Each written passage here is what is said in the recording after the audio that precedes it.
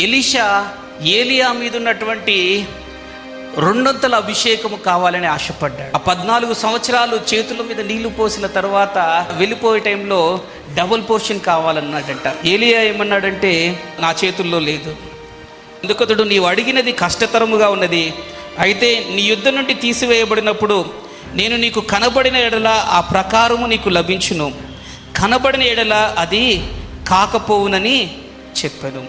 ఏలియాకి ఎలీషాకి మధ్యలో అగ్ని రథములు వచ్చాయి, అయినా అట్లే చూస్తున్నాడు. దుప్పటి ఆయన మీద పడ్డా కానీ ఏలియా యొక్క దేవుడైన యెహోవా ఎక్కడ ఉన్నాడు? అప్పటి వరకు ఈయన కూడా దేవుణ్ణి ఆరాధిస్తున్నాడు, ఆయన శిష్యుడుగా ఉన్నాడు, కానీ వ్యక్తిగతమైన సంబంధాన్ని కలిగి ఉండలేదేమో. ఏమంటున్నాడంట, ఏలియా యొక్క దేవుడు, ఆ దుప్పటి ఆయన మీద పడింది, ఇంకో అద్భుతం చేస్తూ ఉన్నాడు.